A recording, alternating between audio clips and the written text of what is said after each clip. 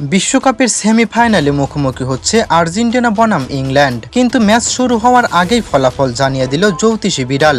অবাক করার বিষয় হলো এর আগেও একাধিক ম্যাচের ফল মিলেছে এই বিড়ালের ভবিষ্যৎবাণীর সঙ্গে। জ্যোতিষী বিড়ালের ভবিষ্যৎবাণীতে কি বলা হয়েছিল চলুন বিস্তারিত জানি আজকের বিশেষ প্রতিবেদনে। ফিফা বিশ্বকাপ 2026-এর সেমিফাইনালে এবার ফুটবল বিশ্ব অপেক্ষা করছে এক অনন্য মহারণের। বর্তমান বিশ্ব চ্যাম্পিয়ন আর্জেন্টিনার সামনে দাঁড়িয়ে শক্তিশালী ইংল্যান্ড।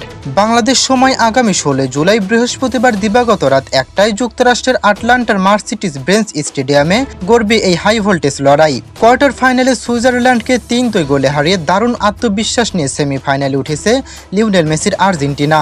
অন্যদিকে নরওয়েকে 2-1 গোলে হারিয়ে শেষ 4 নিশ্চিত করেছে ইংল্যান্ড।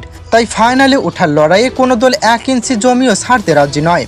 আর্জেন্টিনার আক্রমণের নেতৃত্ব দেবেন অধিনায়ক লিওনেল মেসি, তার সঙ্গে থাকতে পারেন হুলিয়ান আলভারেস, মাঝমাঠে Enzo Fernandez, Rodrigo De Paul এবং অ্যালেক্সিস ম্যাকঅ্যালিস্টার,